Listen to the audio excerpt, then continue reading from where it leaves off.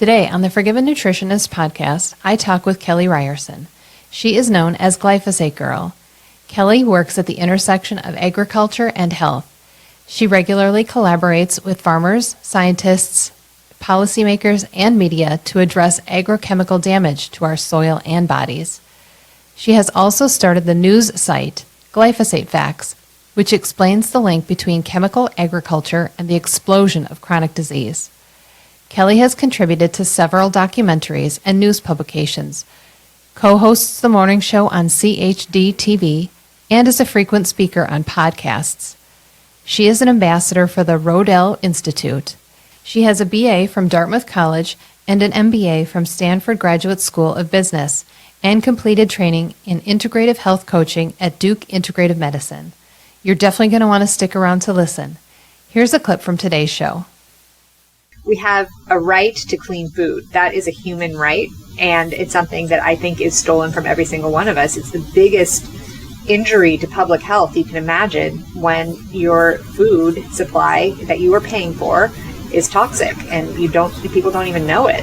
So it's very, very frustrating, and I'm thankful that you are shining a light on it because more people need to know that this is actually what's happening, because it sounds like what people would like to call a conspiracy theory. Meanwhile, it's accurate.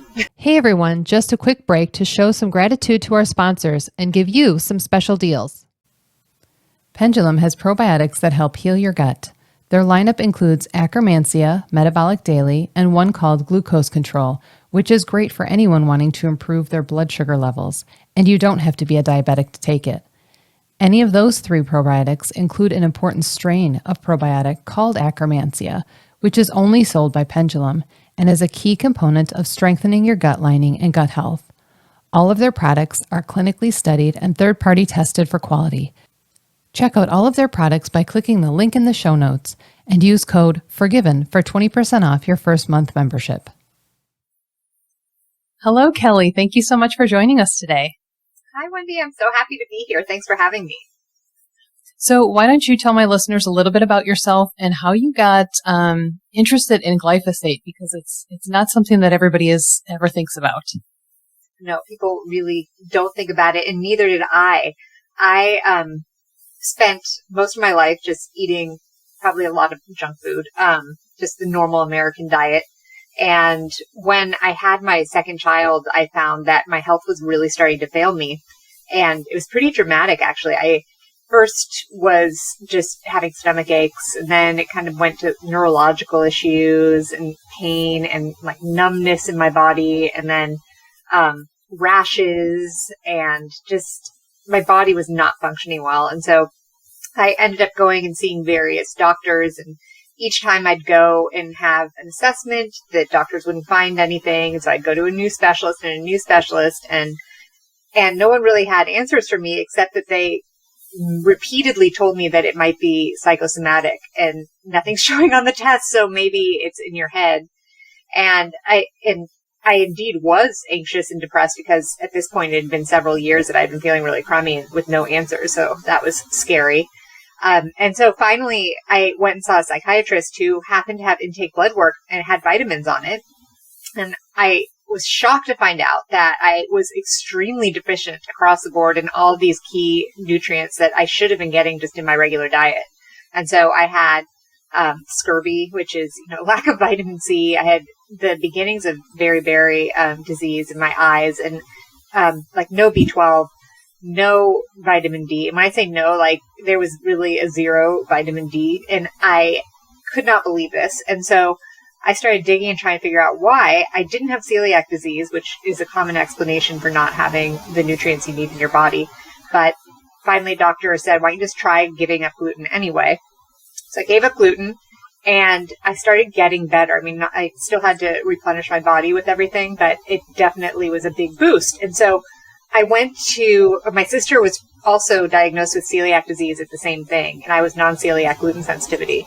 And we went to a conference at Columbia on the Celiac Center there puts on, and a doctor, or actually a researcher that was studying gluten sensitivity and what's causing it, was giving a presentation, and he's like, we just don't know, but we think it might not just be the gluten itself. And And so I asked, I said, like, do they spray anything on the wheat before we consume it? And no one knew, except for one scientist from General Mills who happened to be there to promote their gluten-free Cheerios. And he afterwards said, yes, Roundup is sprayed on a lot of our grains that are not organic, and glyphosate is the active ingredient in Roundup, and that it would take 2 decades to change that behavior of farmers to stop spraying our grains with Roundup. And so it just launched a huge world for me. And I'm like, this can't be. Like, people don't realize that this is being sprayed on our grains. And around that same time, the glyphosate Roundup Monsanto trials, cancer trials, were happening in San Francisco. And this was the first time that Monsanto, who manufactured Roundup, was being brought in front of a jury trial, in front of a jury. And it happened to be my backyard. And so I went up to the courthouse. This was now 5 years ago, and went in and was expecting a lot of angry activists mad at Monsanto, which is, storiedly the most evil corporation ever because of their poisons. And I saw no one there except for the lawyers, and so that were fighting on both sides. Yes, there were the Monsanto lawyers and the plaintiff lawyers. And so I decided to name myself Glyphosate Girl, and created a blog to blog every last detail that was going down in the courtroom. So it was a really wild trip, and it was a really awesome way to learn very quickly exactly, what is this chemical? What does the science say about it? Why don't more people know about it? What has the EPA done to make sure that it's still approved despite potential health harm? And so now I've just been working on trying to get glyphosate out of our world ever since then. Yeah. Well, and I'm sure it was probably very frustrating because first you felt alone, or not heard when you were going through all those health conditions, like you said, for years. And I'm sure there's many listeners out there who can empathize with that. I struggled with some things too for a lot of years. You feel like you said, they're telling you it's psychosomatic. And then when you went there, to actually visually see it, you thought there would be more people around. And yet again, unfortunately, you were alone. You're this lone warrior there. So, I'm glad that, it worked out, in the end, because you're here now, a great advocate to bring awareness to things that people don't ever think about, because I had no clue when I started my health journey also a couple years ago, just about the food in general, let alone what it takes to get the food there in the first place. I mean, nobody ever thinks about all those steps and the hands that it has to touch, or the companies and the trucks that it has to go through. So it's definitely good that you're bringing awareness when people aren't aware at all, or in denial. Maybe I think a lot of people definitely are. Oh, yeah, you probably know that feeling, because even to this day, I have a hard time trusting a lot of doctors, not all, but a lot of them. And when I even make this comment on gluten still, which is a very proven thing, but so that is a hard enough hurdle for a lot of doctors to get over, that could be inflammatory, but then add on a pesticide that the EPA is still saying is perfectly fine. And a lot of doctors are in disbelief. So that's unfortunate. And that's something that really needs to change. And I can't imagine that a lot of listeners, it seems like it is a lot of women, around our age, and now actually going into their teens as well. Like all the gamut of women seem to be hypersensitive to these chemical insults. And I really feel like a lot of us are canaries in the coal mine, just shouting out. Our bodies are indicating just how toxic our food system is. And of course, there are other toxicities as well, but food being one that we're obviously exposed to every day. Yeah, absolutely. During my classes, Zach Bush had this fantastic class, which I'm hoping to get him on the podcast someday too, to talk about how our body is this amazing thing, that there's viruses in the soil as well as in our body. And he tied it so perfectly together. And so I think having you out there also talking about the things that are going on in our food system and how it affects not just our body, but the soil as well, definitely help. Oh, yeah. So why don't you tell us, what is glyphosate, and how did it get started? Sure. So backing up even before glyphosate came on the market, just after World War II, our agriculture system was really overhauled with something called the Green Revolution, which sounds wonderful because we equate green with being nature and nature friendly, but this really was anything but. And there were chemicals that were developed as during World War II, that then could also be used in agriculture. And up until that point, like historically, insecticides and fungicides have been widely used throughout time. Like you look at ancient civilizations, and they figured out ways to control fungus and insects, but herbicides were not something that were commonly used, and they were used during the war in deforestation. And I thought, well, this is great. We could use these as weed killers also, in the United States. And around that same time, Norman Borlaug, who is someone who actually won a Nobel Prize for his amazing inventions in agriculture, he developed a high yield grain. It was a wheat grain that you could grow relatively easily in great quantities, but you had to also use chemicals and fertilizer to do so. But the United States was looking for ways to stabilize countries around the world post-war that could potentially fall to communism. And so the thought was, if people are hungry and rioting, they're going to be more likely to fall under some of these regimes. And so what could the United States do to get these people fed so that they're not rioting and will be more accommodating to a democratic type of government?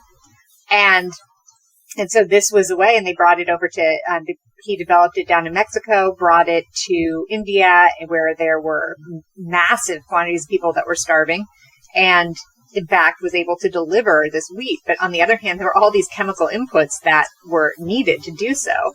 And that launched just a real nightmare of toxicity that now we're paying for. So there are a lot of people that will say the Green Revolution was evil-minded. I'm not sure. I don't really subscribe to that. I don't think that was the case. I think that they felt very innovative. I don't think they were thinking long-term in terms of what this is going to do to the planet or health. They just were like, well, now we're able to feed these people.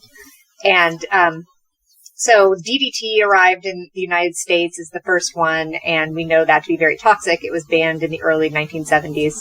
Other ones that we still use today, like atrazine and 2,4-D, were other ones that were introduced. And then in the 1950s, actually, some Swiss scientists were playing around with different compounds and looking for different pharmaceuticals that could be developed. And glyphosate was discovered, but they couldn't really find a pharmaceutical purpose for it. So instead, they sold it eventually to Monsanto, who then patented it for use as a weed killer that does not impact humans. It supposedly only impacted plants because of the pathway that it works on. And in 1974, Roundup was introduced with the active ingredient glyphosate, and also within that formulation were some heavy metals and something called the surfactant, which is a really soapy substance that can allow the glyphosate to penetrate more deeply into the plant, or unfortunately in cases also the human. And so that was packaged, put on the market, and became really popular for use residentially and somewhat in agriculture. So then the patent was actually going to be expiring on Roundup in 2000. And so Monsanto thought, well, we need to figure out a way to make sure we keep on selling this because we're making a lot of money on it. And they decided, we think that we can develop seeds that we can own and we can patent and sell those, and we will own, then ultimately the food system, but at that point, we'll own them. And this is the GMO corn, GMO soy, GMO cotton. And those were genetically modified to be resistant to the use of Roundup. So that means that farmers could plant these seeds, they can grow them, and even while they're growing, they could spray Roundup all over the plants and the plant won't die. So they're able to control the weeds around the plants. And then, and Monsanto's thinking, this is great. We sold the seeds and we're selling all this chemical to go alongside the seeds. So this is fantastic. This will be great revenue. And it was. And from that point on in 1996, when those GMOs hit the market and hit our farms, it's just been an explosion of use of glyphosate. And it rapidly became the most used pesticide in history. And now it's 1 billion pounds that's sprayed, been sprayed, and really just an appalling littering of our bodies and our soil. And now those other ones are still used, like the atrazine and 2,4-D. They're still used in agriculture, but to a lesser extent than glyphosate. So is that when agriculture really pivoted to the chemical-based solutions? Yeah. So with the launch of DDT, actually, just in, I think it was in 1950, that is called the beginning of the age of pesticides, which sadly we're still in. So that was just completely revamping the agricultural system that we had up to that point, and also very sadly replaced all these small family farms that couldn't get by just making their small contributions. And it supported these mega farms that became much more industrialized, and the government subsidies were coming to these GMO chemical-laden farms because the chemical companies and the Monsantos were making sure that taxpayer dollars were going to go to those companies and those farmers that are willing to use the toxins to grow. And all the others are left to the wayside. And amazingly, still to this day, the amount of taxpayer money that goes towards an organic regenerative farmer is practically nothing. In fact, they don't qualify for a lot of crop insurance, but the GMO corn, soy, cotton growers all do. So it's really a messed up incentive system. Yeah, and I kind of would agree with you where I think back in the 50s when all of that first started, my guess is they probably weren't thinking long-term and were probably thinking, how can we do the best with the most, or with what we have? And so their thought process was probably good. But again, they didn't know long-term what that was going to do, or even possibly even in the short term, how that was going to be impacting them immediately. They just were looking at the big picture. Okay, let's get as many people fed as possible, or keep the food, coming. Because when people are hungry, they're happier and they're more compliant and they're willing to go along with things as well. So I definitely think probably back early on, their thought process was in the right place. It just didn't. I think so. And it's interesting because there were some activist environmentalists at the time that were really complaining about Norman Borlaug, the one who developed this chemical agriculture system. But he countered that it's very elitist to say that, because only someone that is not starving would complain like that about using chemicals in food. But if you're really starving, how much do you really care that these chemicals were used? If you're starving, you don't care what's on it. You just want to eat it. And I thought that was an interesting point. Yeah. And if you're not starving, because I know what it's like. We joke all the time saying that we're hungry, but are we really hungry? Most of us in the U.S., are we really truly starving? My guess is many are not truly starving. Yeah. So what kind of health problems are connected to glyphosate? Because I think that might be a little shocking that once people hear some of them. Oh, yeah. The list is unfortunately very long of the health ramifications of consuming glyphosate or just being exposed to it. And just to start, the exposure doesn't end with just dietary exposure. It's actually in the rain. It's in a lot of our water. It's often in the air because it's used so GMO corn is the basis of ethanol, and ethanol is often in our gas tanks, actually. So when you're at the gas pump and you see 10% ethanol, that is really indicative that GMO corn is involved, and when that burns, it releases the glyphosate into the air. So we have it in the air, on the ground. It's really everywhere. So let's see. So now I've said the health ramifications. Okay. So therefore, it's really hard to avoid it all. And some of the things that are connected with it, I'll just start with non-Hodgkin's lymphoma, which is what those cancer trials were about. And having dermal, so skin exposure to Roundup, you could be barefoot where someone sprayed it And that kind of exposure can certainly lead, if you have enough of it, to cancer. And that's something that the International Agency for Research on Cancer, also called IARC, they are an international organization, and it's a group of scientists that get together and they discuss different chemicals. I don't know how often they meet, but they release it. They release their decisions, and they're really impactful in terms of really looking at the research that is not from industry. So they take independent, peer-reviewed research, nothing that Monsanto's paid for, and they look and see what does the data say. And it said this likely causes non-Hodgkin's lymphoma, and which is why it's just so aggravating that the EPA keeps on saying it doesn't. But anyway, so we know that it causes that. There are all kinds of other health ramifications. Endocrine disruption is one of them. And I actually was really horrified. I sent 3 semen samples into a lab to find out if Roundup was in them. And indeed, the glyphosate was found in all 3 samples. And if you look at further studies, which are available on PubMed, you can see that the glyphosate actually kills sperm. So that's crossing the blood-testes barrier. It also impacts women's fertility, and it can cross over the placenta, the umbilical cord, and into the growing fetus inside of a woman. And I actually sent my daughter's baby tooth in also to the lab, and it came back positive for glyphosate. So that had bioaccumulated when she was inside of me, which is horrific. It's connected to non-alcoholic fatty liver disease is a big one that has been scientifically proven, as well as kidney disease. And it now is linked potentially with Alzheimer's and with ADHD. There's a lot of neurodegeneration that is connected with it because it can cross the blood-brain barrier.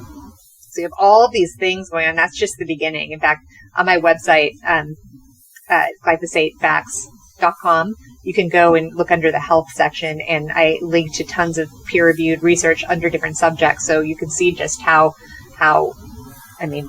really, I'm trying to even think if there's a single system that isn't impacted negatively by this chemical. Another really huge one, which is something, of course, you probably talk about in nutrition a lot, is its contribution to leaky gut. And it specifically acts on good gut bacteria. So when you consume glyphosate, it works as an antibiotic, and very oddly, it selects the beneficial gut bacteria and can injure them and decrease it in quantity. But it does not impact the more pathogenic bacteria. So it really is a big leading contributor to gut dysbiosis. And then you take it a step further, and this is what's so fascinating. I'm hoping that it'll be published soon. It's actually out of Seraphic, which is Zach Bush's company. And the connection between, the gluten and the glyphosate combination is really what's at fault in terms of causing leaky gut and a lot of the gluten sensitivity. And it's a really fascinating, highly scientific derivation. So maybe it's another thing that you can link to. People could read through that and see. But it was very clear that my inclination, as many people's inclination, is that we weren't always gluten intolerant, but then suddenly our grains started being sprayed, and this is a very strange situation. So, well, I know that a lot of people always talk about.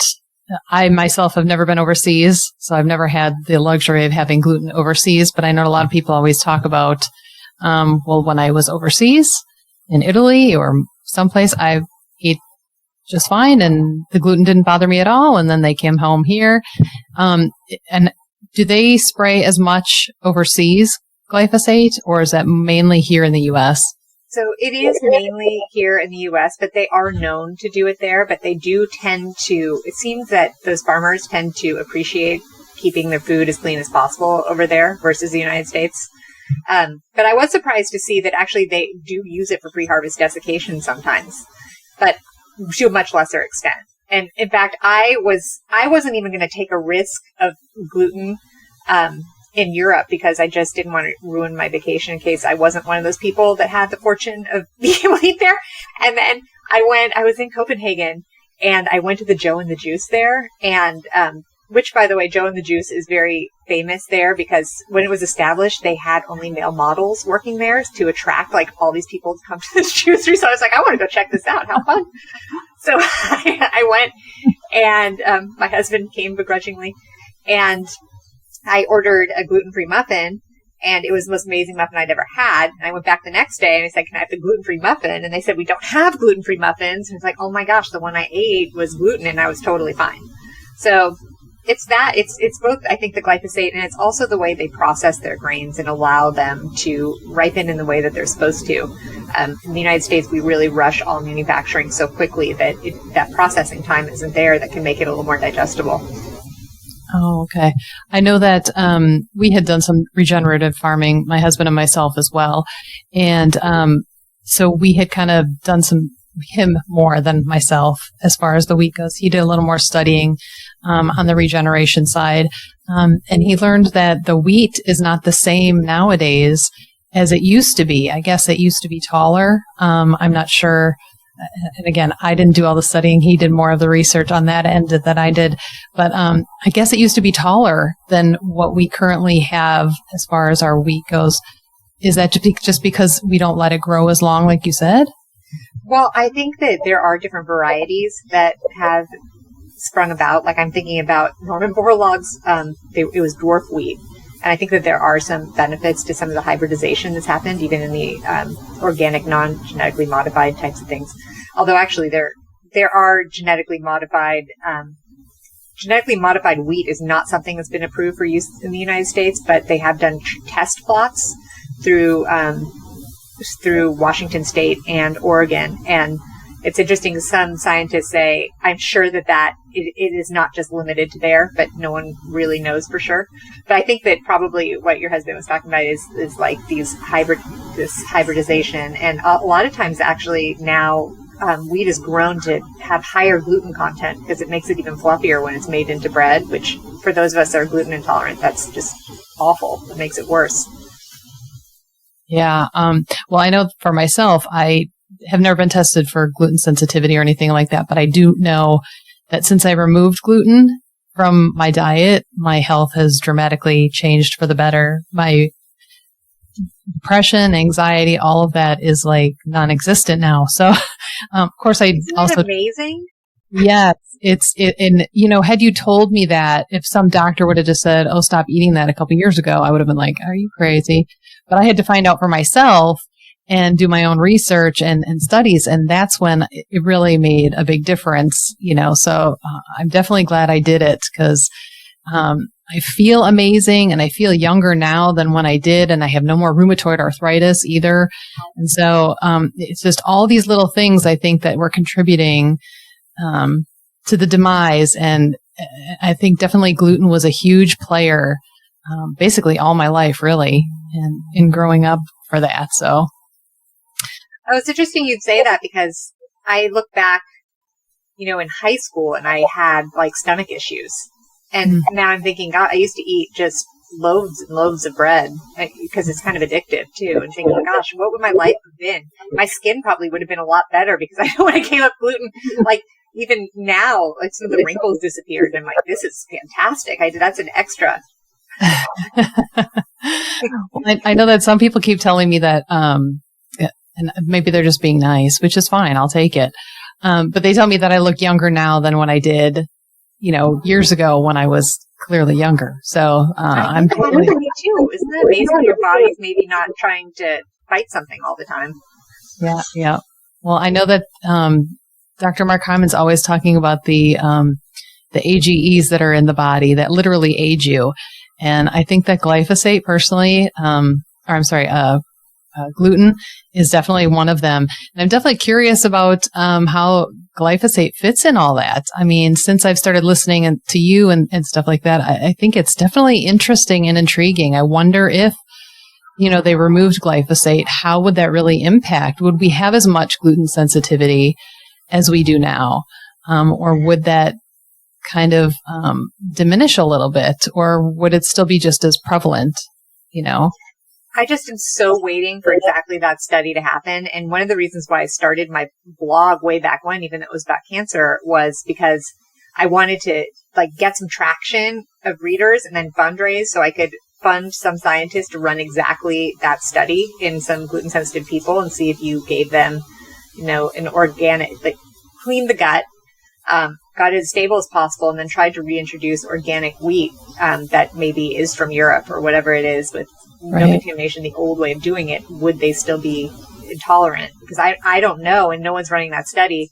And I actually asked a really preeminent doctor who actually discovered the impact of gluten on leaky gut that the zonulin is promoted. And I asked him if he would be willing to study it. And he said he couldn't because he would lose his job at Harvard because Harvard would never let him study that. And so I think that we're running into a huge issue where scientists are being bullied by the people that are holding the money, which happens to be these corporations that are poisoning us. And that's just really limiting. So where are you going to find the scientist that's really willing to go and run that really expensive study? I don't know. So that might be something that we need to crowdfund. Yeah. Oh, that would be great. And recently I forgot that I even had this, but I came across a couple of my children's baby teeth. And I remember you saying that in another episode with somebody else, I heard you talk about how you sent your daughter's baby teeth in. And I thought, send it. It'd be fascinating. Yeah, I have some from each of them. And yeah, as soon as I saw that, I'm like, oh my gosh, I wonder. Well, because back then I definitely didn't know what I know now. And so unfortunately, I was not paying attention to what I was eating, let alone what I was feeding them, And I think. And do you know, I have so much guilt about that. I have so much guilt all the time about that. It was well before I even knew about eating organically. I mean, I sort of knew about it. And here I am in California, you would kind of think that maybe I was more aware. Well, I was not. And what I ate it's not surprising there's glyphosate in her teeth. Like, if I could go back in time, I'd be so happy to, because I feel really guilty about it. And I feel guilty about some of the things that my kids ate as babies, because they had pesticides in it. And who knows well, I know what it did to their biome. So now it's sort of a catch up where we're trying to reestablish some, just a healthy gut. Yeah, definitely. Well, and unfortunately we can't go back, but we can only go forward. And my kids are in their 20s and live in other states, so I can't, I can only control when they're visiting with me or I'm visiting with them. And even then I still can't, but. I know. It's getting that way too with teens. Maybe you could go over some foods, because I think that there's definitely some foods that are, to me anyways, that it might be a little more obvious and that people automatically associate with possibly having some glyphosate. But I think there might be some foods that people might be surprised that actually have been tested that have been found to have glyphosate. Yeah. And so going back to this pre-harvest spraying of grains, a lot of our grains, so any of the crackers that are not organic, crackers, breads, pastas, all of those types of things that would involve this pre-harvest spraying are likely highly contaminated. Granola bars have come back very high in glyphosate levels too, which is really frustrating because it's not even that exciting, in my opinion, to eat a granola bar, but maybe you're like trying to make the healthy choice and then it ends up being full of toxins. Glyphosate is also found they also do the pre-harvest spraying on legumes. So hummus is a food that has tons of glyphosate as well. And so I was in New York recently and I was standing in Whole Foods staring at like a whole refrigerator of different options of hummus. And I was like, I don't even know if they had an organic one there. I finally found one, and a couple was there. They were tourists, and they're like, well, I think we don't need to spend up for the organic one here. And I was like, oh, no, you do. And they kind of looked at me like I was crazy, but I know that hummus has been tested and has tons of glyphosate in it. Other things that are very surprising. Glyphosate can be found in almonds and in orange juice and in tomatoes. And that's because when they're grown, a lot of times the ground around in the orchards will be sprayed with glyphosate, and then it picks up in the roots and goes up and then ultimately into the fruit.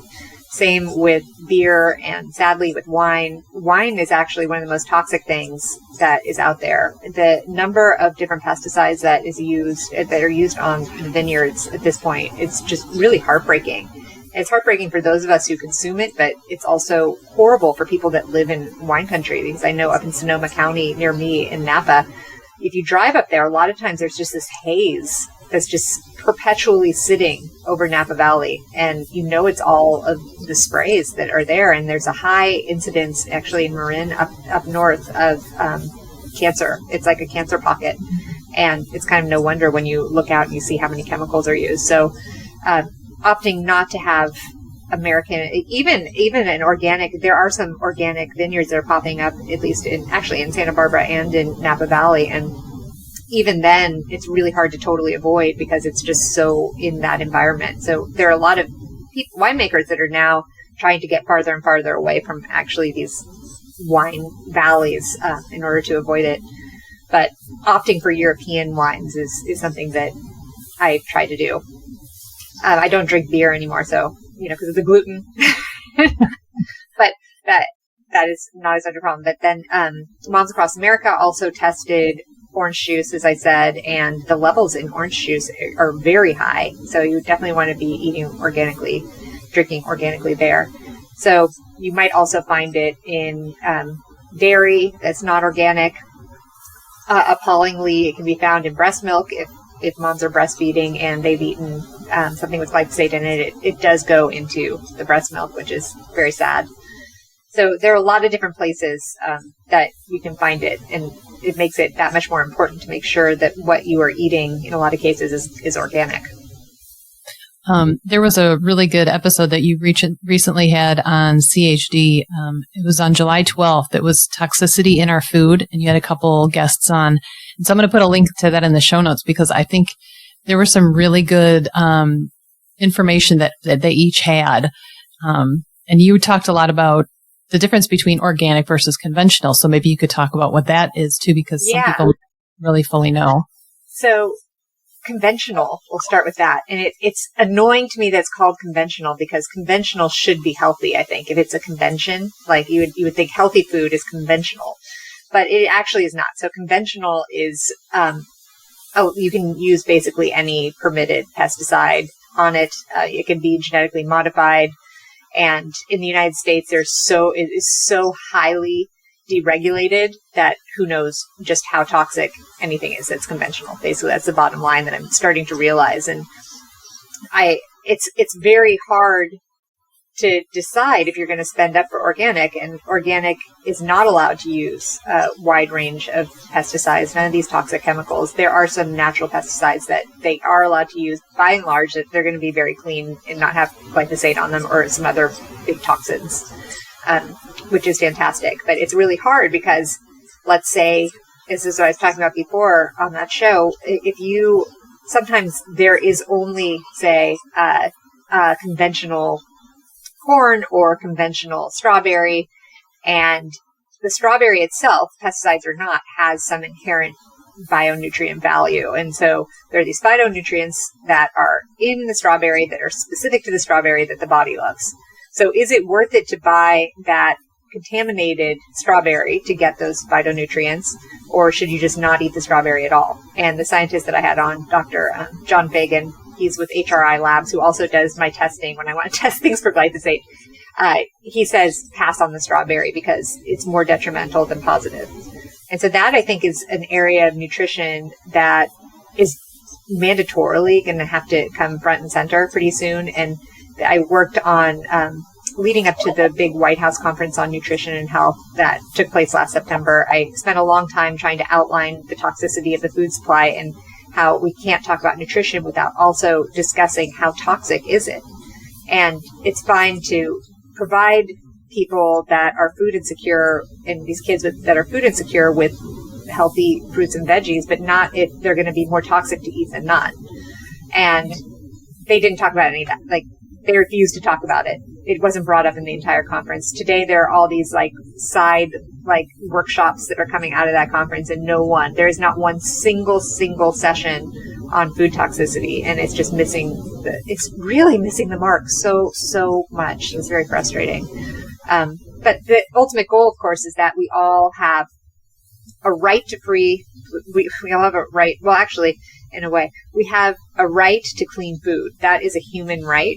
And it's something that I think is stolen from every single one of us. It's the biggest injury to public health you can imagine when your food supply that you are paying for is toxic and people don't even know it. So it's very, very frustrating. And I'm thankful that you are shining a light on it because more people need to know that this is actually what's happening, because it sounds like what people would like to call a conspiracy theory. Meanwhile, it's accurate. Yeah. Well, and from the get-go, when I started a couple of years ago, really diving deep into my health journey, I felt bamboozled, whether it was from some doctors that I had previously gone to, or the lack of care that I thought that I should have gotten, to learning what was actually in the food when I actually looked at the list of ingredients, and then finding out there's things like glyphosate that's in the food that you're never going to see on the list of ingredients, no matter how much you look at the package or, assume that you're buying the strawberry. And so I just literally felt bamboozled from day one. And I want people to realize that we are all bamboozled a little bit and we need to be aware. And so then we can just try to make the best educated decisions we can going forward with that information, much like I live in a rural area, and I literally have farmers on several in front of our house and behind our house and down the street from us. So, when we walk our dogs, there are days where unfortunately they're out there spraying, and sometimes we'll turn around right away and not continue the walk.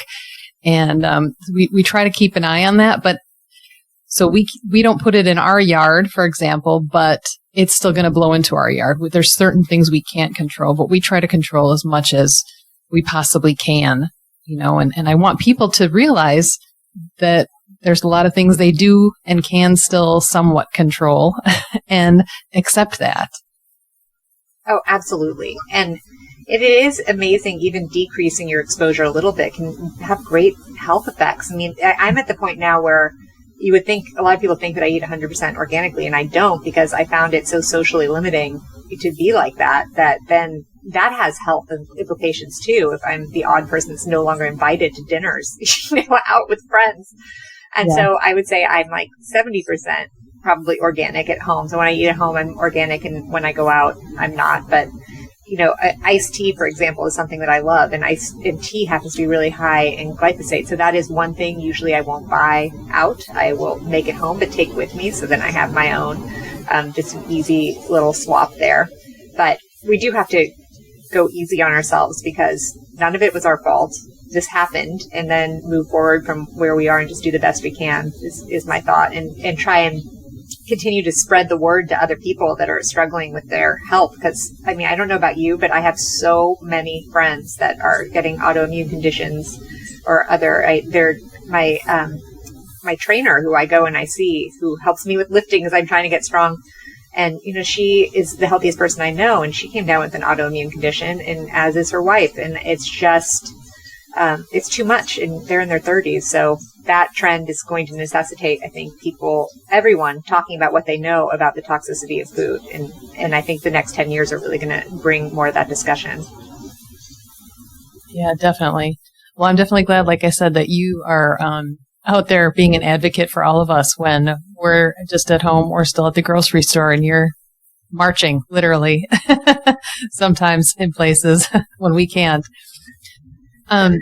Since before I mentioned, we can control what we put in our yard, there was a local company that really was working hard on my husband. And I know I mentioned also, too, that we have done regenerative farming in the past. We raised meat birds or chickens.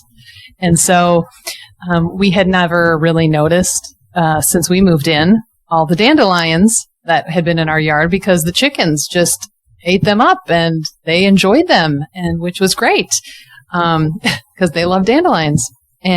But this year we, because of my business and everything, we just were busy, and we did not have chickens yet. And so they were hard at work pressing my husband to get some weed control and fertilizer for our yard. And they kept mentioning how it was great because it didn't have glyphosate. That was my husband's main concern, too. And so he was very convinced that it was going to be safe, because they were assuring him it was safe. And I know that I sent you the list, and we kind of talked about what it was a little bit. Dicamba was the only word that I could kind of pronounce on one of the lists. And when I looked it up, it said that its purpose is to change how the cells express their genes, and it's on the EPA's toxic release inventory list.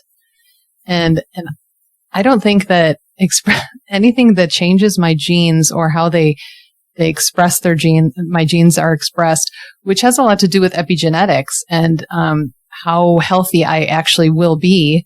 I'm going to have someone else talking tomorrow about epigenetics.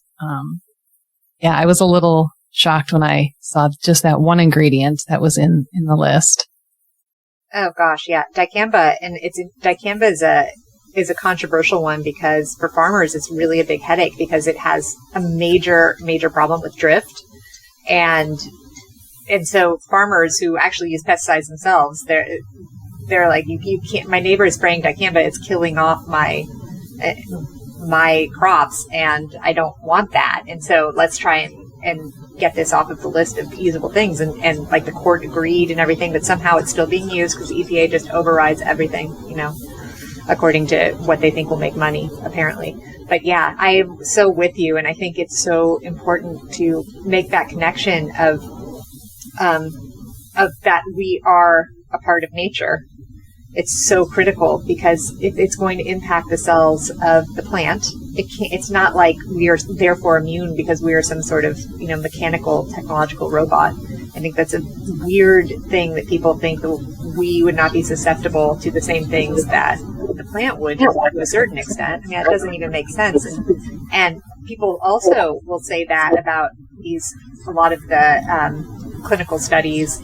And a lot of the medical studies that are done, or the safety studies are done on rodents, and they're like, well, but those are rodents, they're not humans. Or like, those are dogs, they're not humans. And it's like, well, why do you think that we are so separate from the rest of nature that we therefore would be immune to the effects? It's just such an interesting psychology to get your head around. I think another chemical that was in that product you sent me was 2,4-D, and I just wanted to give a shout out to 2,4-D because it's another really bad one. It's actually half of Agent Orange is 2,4-D. And that was one of the main components of it. And 2,4-D is another one that's on the list of probable human carcinogens, just like glyphosate, but it's just not as famous, but it's actually really widely used. And you'll see it in various different weed killer formulations when you're at Home Depot. And I always look at it, my gosh. And as part of the big settlement so Bayer, the pharmaceutical company, bought Monsanto in 2018. And because of all these lawsuits, Bayer decided that they would discontinue the use of glyphosate in the Roundup product, and they would take it off the shelves in 2023. And they didn't commit to it in the courtroom, but they just made a press release because they want to stop having people suing them. And so, not because they feel bad, but because the lawsuits will keep on going for non-Hodgkin's lymphoma if they keep on having glyphosate in the product. So they said, we're going to stop that, not admitting fault. But now, I've been in Home Depot and Target, and I'm looking, and I'm like, gosh, I don't think they will take it out. I think they're keeping glyphosate there. But my point being that even if they took glyphosate out, there are a lot of these other very toxic herbicides that are waiting in the wings to take the place of, maybe just using your hands and pulling out the weeds. Yeah. Well, and I know that, like BPA, for example, there's BPS, which nobody ever talks about BPS. And, people are so concerned about making sure they have a BPA free, mug to drink from. But the BPS is basically the same thing. It's the same with, Teflon. There's no Teflon anymore, but a lot of the same nonstick still has a lot of the same chemicals that the original Teflon did. It's just linked a little differently, so they get away with saying that it's just nonstick and it's not the same. So we all have to kind of be aware. And like you said, you choose to make your own at home and then bring it with you. So we just make choices like that. And we can't live in a bubble. Make wise choices as we go out. Yeah. And I always, one of the things that I asked on Instagram was where do people live that they feel like is relatively low toxicity? Because I'm feeling like the San Francisco area has a lot of toxicity and chemical insults, and really no one came up with a good idea in the United States anyway. I think probably you could move to a place in France and have less toxic exposure, but I don't even know that for sure. So I shouldn't just toss it out there. It seems like it should be. But yeah, so we just have to do the best with what we have. And I think your example of, you have these farmers around you, that's like healthy psychology to be we're just going to do the best we can, because it's very easy when you first learn about this to start panicking. and feel like everything is toxic. And I know I went there at first when I realized that these toxins were what were causing me this great misery. And I mean, all these medications I had to supposedly be on that actually I didn't need to be on. And that's a lot of emotional pain to carry with. So not to obsess on the other end of that is hard, but manageable, I think, if you can frame it like you have. Well, and what are some good alternatives to killing weeds? Because like you said, you've seen it in the grocery stores, and I've seen it in our local stores as well. Big box stores, just grocery stores. And we have these weird grocery stores here now that are grocery stores, and it's like a hardware store all in one, or kind of like you can get your underwear and your meat all at the same store. It's interesting. Do they offer much in the way of organic? They do, yes. Oh, that's good. But nonetheless, they do still sell a lot of glyphosate-laden products. But what are some good alternatives for killing weeds for those who do have, like I said, because we don't have chickens in our yard, so we had some more dandelions this season than we normally. So what are some good alternatives? Do you have any? So some good alternative. Obviously, the very best is, can you get a weed whacker or just lean over and pick it up yourself? That's, of course, the very best. There are people and online you can find them, different diluted vinegar solutions that are just homemade, and you put them in a sprayer and you can use them. And that actually, vinegar is very strong, and can do a significant amount of damage, and it will not harm you in the same way. There's a brand called Pulverize that's out there that does a fairly good job. And there's actually one that is called Contact Organics, and it is about to make it onto the market. And I was privy to information about it before because it's been in development for some time, and it actually is beneficial to the soil. So, and it works just as well as Roundup. So expect that to be in the market probably by December, and that will be, I think, game changing. And it's very exciting because they're also able to use it on the farms and apply it with the big boom sprayers. And I think it's going to be a game changer finally, because people are looking for those answers. Oh, my husband will definitely be ecstatic about that, especially if they're going to be safe for chickens. Yeah. Well, and usually, like I said, when we had the chickens in the backyard, we did not spray anything. We never had to even do the vinegar because they took care of literally everything. The only time we did anything was on our patio. And yes, I would definitely agree that vinegar can work magnificently. My husband uses that on some of our thicker brush that we have because we have over an acre and a half. So we got some woodsy areas, and that vinegar can definitely work. And I'm not just talking the vinegar that you buy at your local grocery store. He buys it online, and yeah, it gets a little bit stronger than just for cooking. So yeah. in case somebody's listening for that. Yeah. I mean, it is amazing how much it can do. Well, you have good acreage. You can do a lot with that. Well, I know. We would love to have, my husband has always, before we even got into regenerative, he's always wanted to have the little goats in pajamas, the little pygmy goats. Oh my gosh. They are the cutest. They are so cute. Yeah. We would love to just rent some goats someday to also eat some of our stuff that we have growing. But yeah, we'll see. Maybe someday.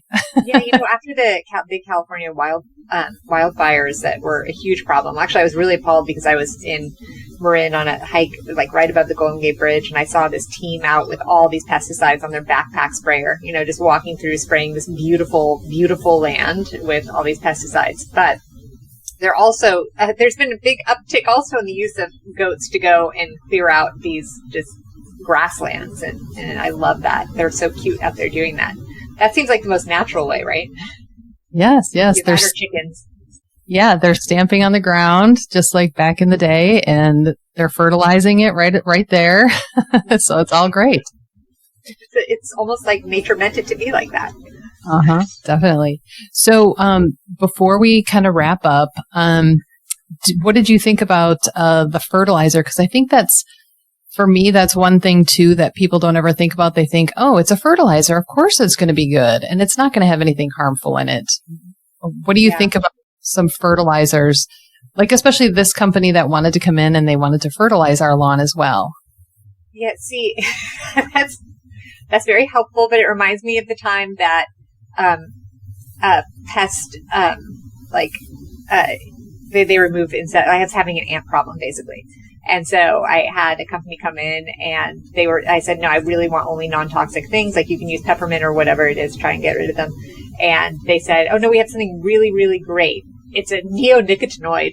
And like, that is what is the most harmful thing to bees and our pollinators that is possible. And so just like this disconnect, or thinking that because fertilizers help things grow, in this case, that they must all be, they can't be that toxic. But actually a lot of the fertilizers that are used are very toxic and chemically laden. You wouldn't really want to be growing your food in the same soil that the fertilizer has been laid. And there are all kinds, if you go down to your nursery, where they have all kinds of different organic fertilizers that actually work really effectively. I've started using them in my own garden.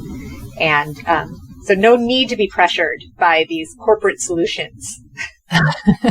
Yeah, when I was looking at some of the chemicals that were in it, every single one had, inhalation hazards that were associated with it. And they all caused eye damages and skin damages. And I thought, oh my gosh, because they're like, oh, just wait a couple hours and you'll be fine. And we have pets. And at the time, I had a 3-pound Chihuahua and, 2 70-pound dogs. So my 3-pound Chihuahua, he goes in the grass and it's literally as tall as him. And that poor thing just is like would have been surrounded by these chemicals that are not only, the killing the weeds, but possibly fertilizing my soil, and who knows what it's doing under the ground to the actual organisms that we want living in the ground to have it flourish and be actual soil instead of dirt. But that's another podcast episode. It's that organic matter that is so vital in there for the health of really everything, from carbon sequestration to the nutrients that we actually get in our food. And that's one thing I hadn't mentioned with glyphosate. A really ridiculous thing with glyphosate is that it had originally been used as a metal pipe cleaner after they didn't have pharmaceutical uses, because it can chelate and bind to minerals really effectively. And so when this is sprayed in our soil, it will, glyphosate attaches itself in the soil to really important things like magnesium, zinc, and these minerals that our bodies absolutely need. And then they become, they're non-bioavailable to the crop, and then therefore we don't eat the minerals that we are supposed to be having, and that's how we end up really, really mineral deficient. And just another gift that glyphosate gives for us all. And that organic matter that's in that soil is absolutely vital to our future and planetary health and everything. So with the fertilizer, adding those chemicals to that just doesn't make sense. Well, and before we go, I always ask my listeners what their don't miss this moment is, what you'd want the listener to kind of take away. If there was one thing or one topic of conversation that we talked about, what would that don't miss this moment be? For your listeners who are struggling with their health right now, like we were, just keep on trying. Don't give up and look for your answer and really give this a shot, because I really firmly believe that your body wants to heal. And if you're able to detoxify the food and the water that you are taking in, your body will react to that. The number of chemical insults that your body has to endure at this point in time and in this country, actually globally, it's just obscene. And no one's going to look out for you. No government person is looking out for you. Your doctors don't know.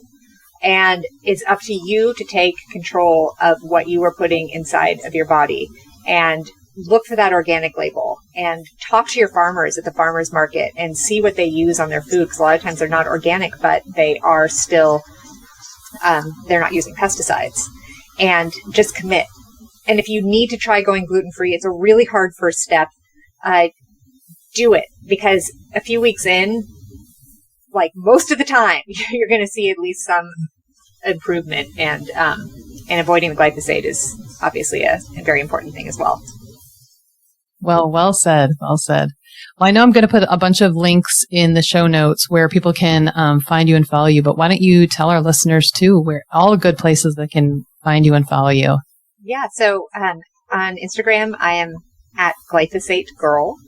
And I'm on Twitter there too, but I don't tend to post there as much recently. I'm mostly Instagram. And my website that has tons of information on glyphosate and industrial agriculture is glyphosatefacts.com. Well, thank you again so much for being on today. I was very honored to have you on and glad that you made some time for us, especially because I know you were just traveling. So I appreciate that you took some time for us. Sure. I'm so happy to be here. Thanks for having me. If you are looking for a trustworthy place to choose all of your supplements, FullScript has 285 different brands to choose from. They did the work for you to check quality standards for all the supplements they carry. These standards are important because they help to ensure a product is safe, effective, and accurately labeled. FullScript uses third-party companies to provide unbiased assurance that certain quality criteria are met when they add a company or product to their inventory. When you set up an account with FullScript, use my link and you'll always get 15% off your supplements. 100% pure beauty products are safe for your skin and face. They have absolutely no toxic ingredients or hormone disruptors. You will not find any phthalates, parabens, formaldehyde, talc, PFAs, toluene, or oxybenzones in any of their products. This is important for your health. Every ingredient they use is beneficial. They have a full line of fruit pigmented makeup, skincare, and also hair and body. So click the link in the show notes and check them out today to start taking back your health. If you want to continue learning and hearing all things nutrition for your mind, body, and spirit, click like, subscribe, or favorite me on whatever podcast platform you use. Or you can find me at ForgiveGlyphosate.com. This podcast was designed to educate, inspire, and empower you to achieve your health and wellness goals with your current healthcare provider.